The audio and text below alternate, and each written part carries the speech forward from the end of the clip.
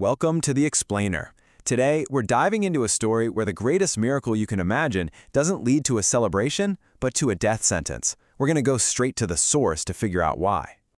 It just doesn't make any sense, right?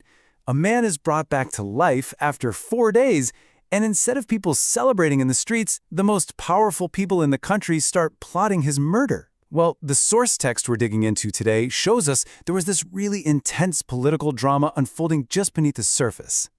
And the sermon we're drawing from uses that exact analogy. To really get why a miracle like this led to a death plot, we can't just look at the event itself. We have to pull back that curtain and see who was behind it, frantically pulling all the levers of power. So here's how we're going to break it down.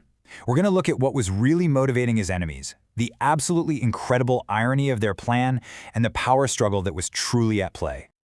Okay, so let's pull back that curtain. The scene kicks off just moments after Lazarus walks out of his own tomb. And this wasn't some quiet event, it was a huge public miracle. And it's about to change, well, everything. Right away, this miracle just splits the crowd in two. For a lot of people, this is it.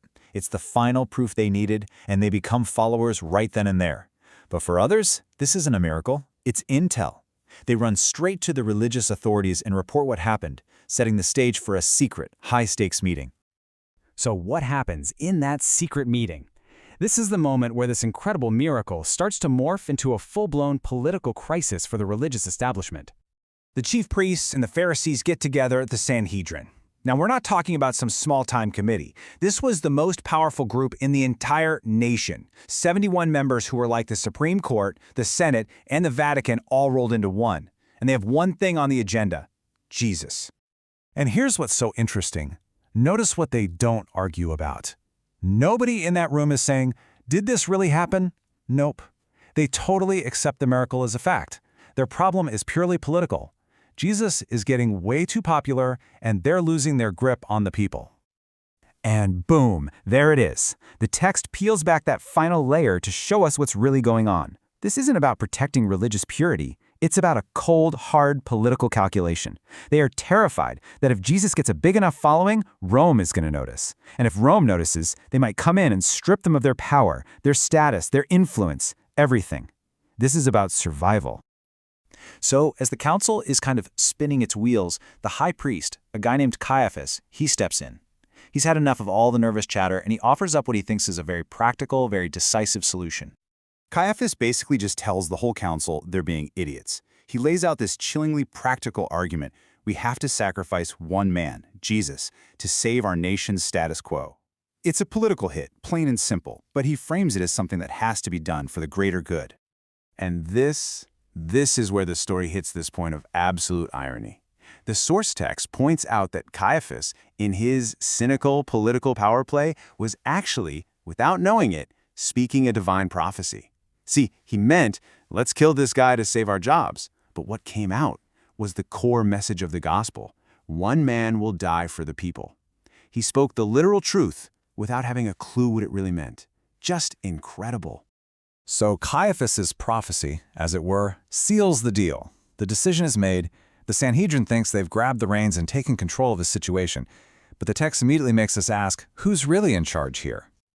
And there you have it. It's official. The Sanhedrin has issued a death sentence. In their minds, the case is closed. Jesus' fate is now in their hands. All they have to do is find him and arrest him.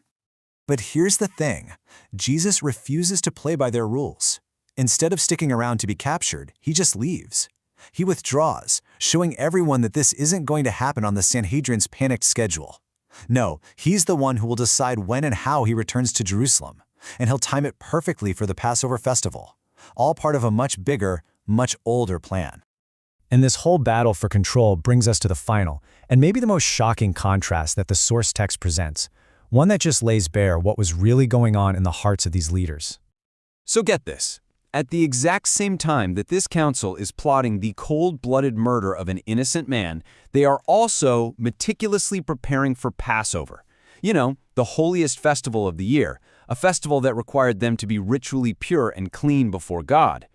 I mean, they were so completely focused on the external rules of their religion, the ceremonies, the purification rituals, that they had totally lost sight of the actual point of it all. They were so busy checking all the right boxes on the outside that it allowed them to justify doing the most evil thing imaginable on the inside. And so the source material leaves us with this really challenging question, one that goes way beyond this one ancient story. What's the danger for any of us when our rituals, our rules, our traditions become more important than the actual relationships they were supposed to be all about?